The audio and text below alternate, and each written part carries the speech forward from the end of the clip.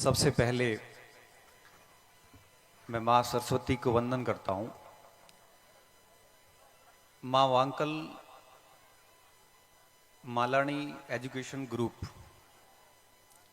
के इस भव्य आयोजन के मंच पर विराजमान सभी अतिथिगण, इस पूरे कार्यक्रम के प्रांगण में विराजे हुए बाहर से आए हुए युवाओं, इस ग्रुप के सारे विद्वान वृंद, फैकल्टी, प्यारे बच्चे, अभिभावक और मंच के इस तरफ बैठे एक ही यूनिफॉर्म में दिख रहे भावी शिक्षक। ऐसा मैं सोच पा रहा हूं कि सारे भावी शिक्षक इस साइड बैठे हैं। वैसे इस प्रकार के कार्यक्रम में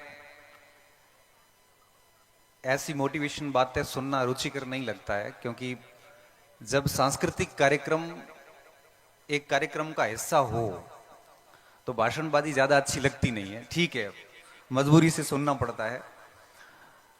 और जोगेंद्र जी, मैं आपको बताऊं, मैं कभी भी मोटिवेशनल स्पीकर नहीं रहा और ठीक है, पढ़ता हूं, पढ़ाता हूं और इन बच्चों से बहुत आत्मीयता के साथ में और बहुत निकटता से जुड़ा हुआ हूं।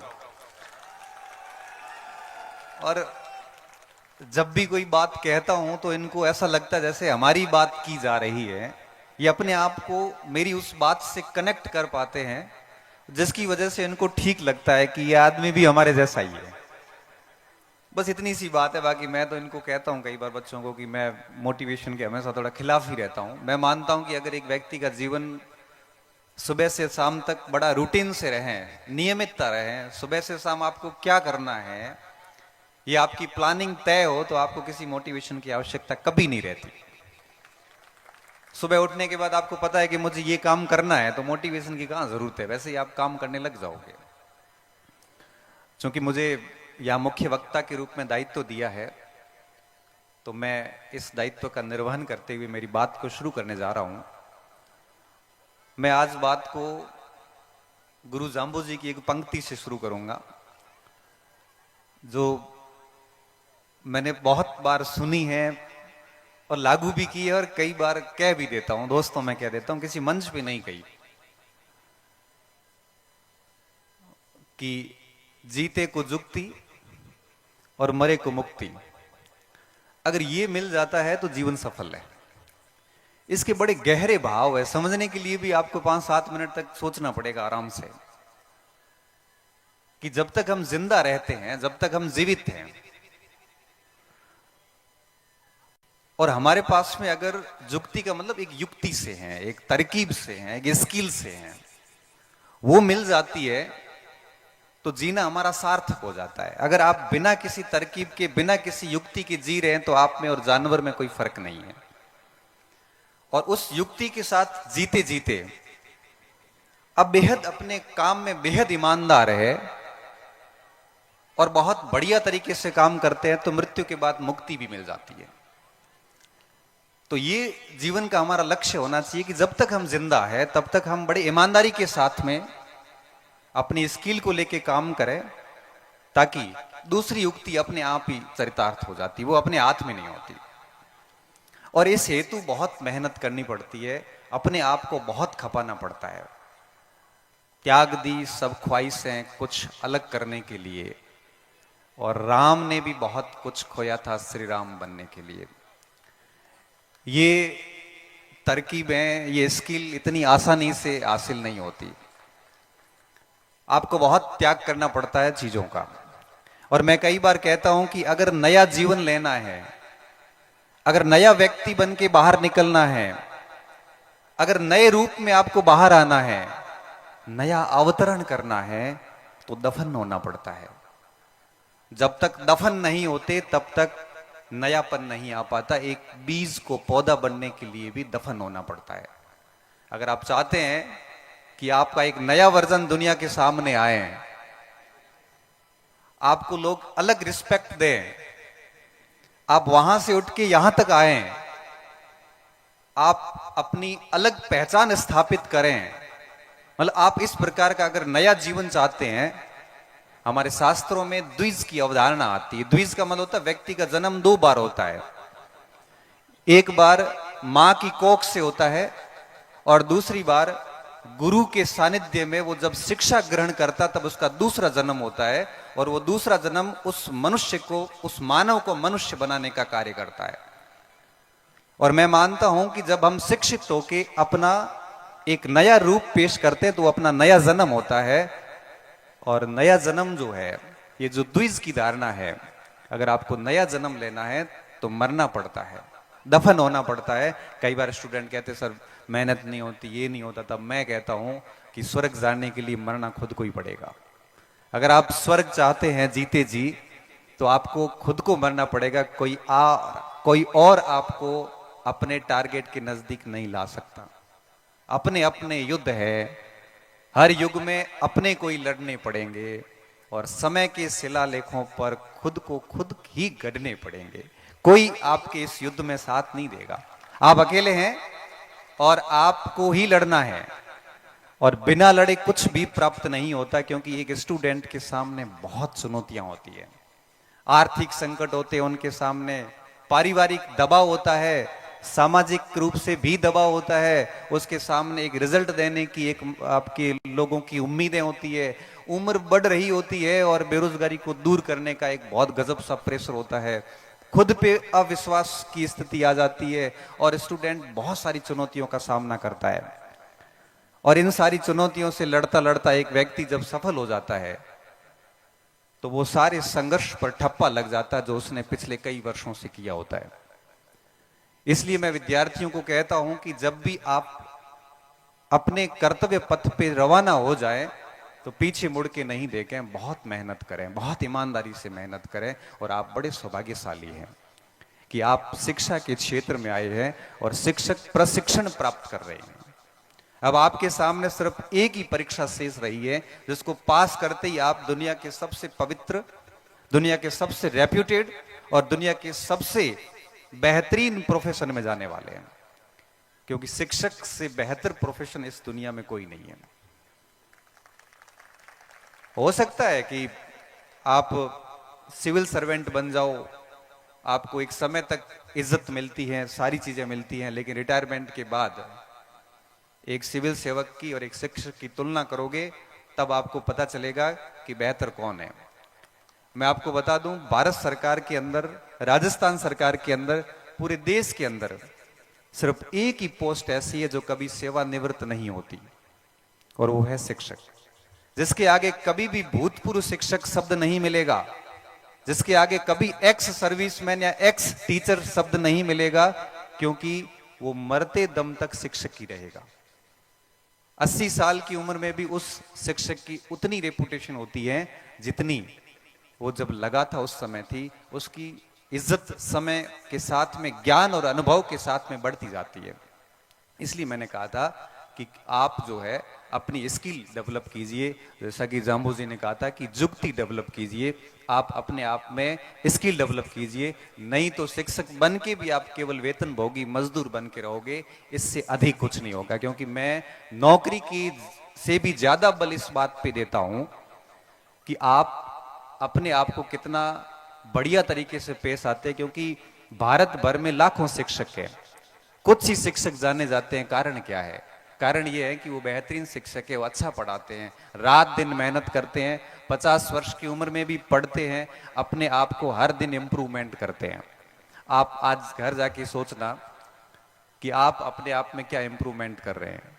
मुझे अच्छे से याद है कि जब मैं दिल्ली गया था आईएएस मेंस की तैयारी करने के लिए, और कुछ दिन वहां रहा, 10-15 दिन तो स्टार्टिंग में पढ़ाई हुई नहीं, दिन पूरा समय यूं ही जा रहा था और जाके सो जाते रहे। ऐसा लग रहा था कि ठीक ठीक पढ़ रहे हैं। तभी एक मित्र ने, हम यही डिस्कस कर रहे थे पार्क में, तो एक मित्र बोले कि कैसी चल रही पढ़ाई? मैंने कहा अच्छी चल रही है। तो दिन में क्या क्या पढ़ लेते? मैंने कहा ये चीजें पढ़ रहे हैं। तो उन्होंने कहा तो बहुत कम है। आप सोचना, जब रात पूरे दिन की पढ़ाई होने के बाद जब आप रात को बिस्तर पे जाओ, तब आप सोचना कि आज आपने क्या पढ़ा, क्या याद किया। और जब हमने भी उस पूरा दिन पढ़ने के बाद शाम को जब सोचते हैं कि क्या पढ़ा, तो कुछ नहीं हुआ, इतना तो 2-3 टॉपिक ही पढ़ पाए।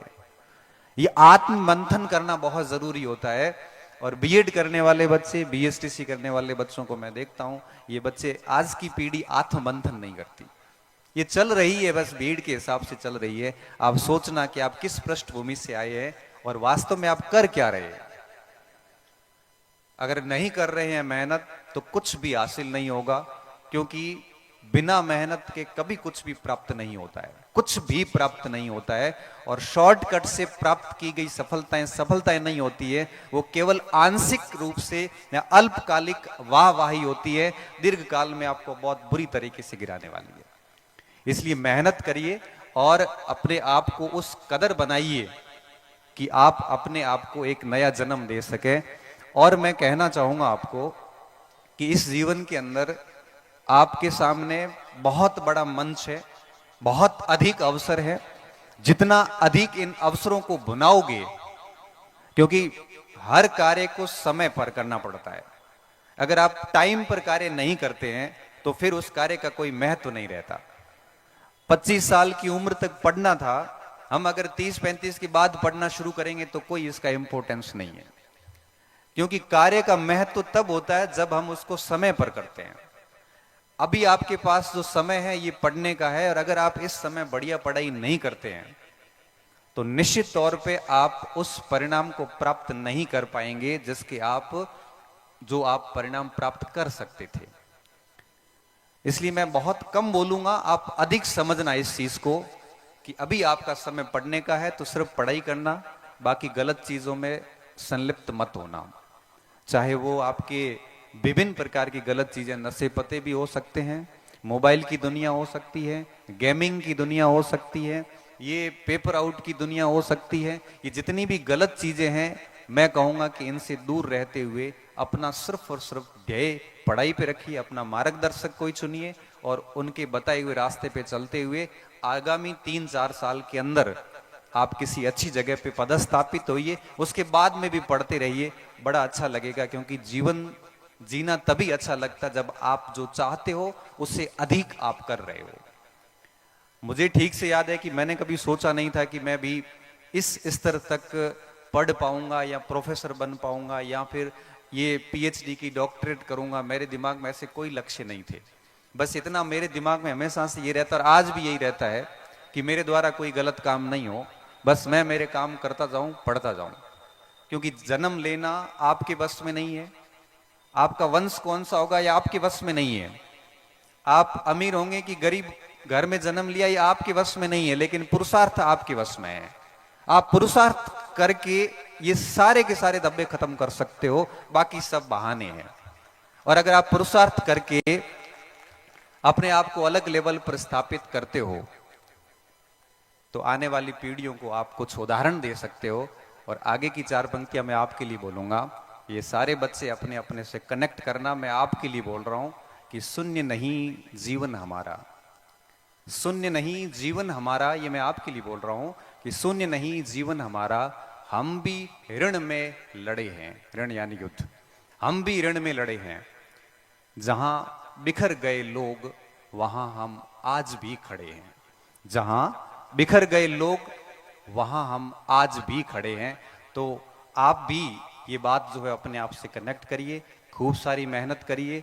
जिस उम्मीदों उद्देश्यों के साथ में आप आए हैं, आपके परिवार ने आपको यहां भेजा है, आप उनकी उम्मीदों और आशाओं पर कभी कुठाराघात मत करना, अन्यथा पूरा जीवन पश्चाताप होगा। और पश्चाताप कहते उस बीमारी को है जब व्यक्ति एक बार नहीं मरता, हर दिन मरता है।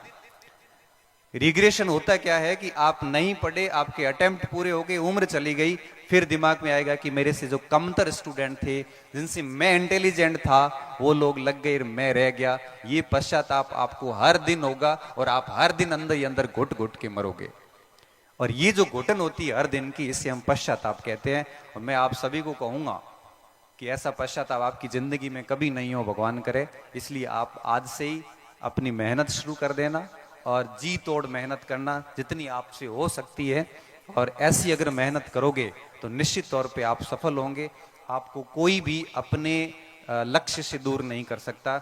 बाकी सारी बातें आदर्शवादी है, मूल बात यही है कि मेहनत करनी है और सही दिशा में करनी है।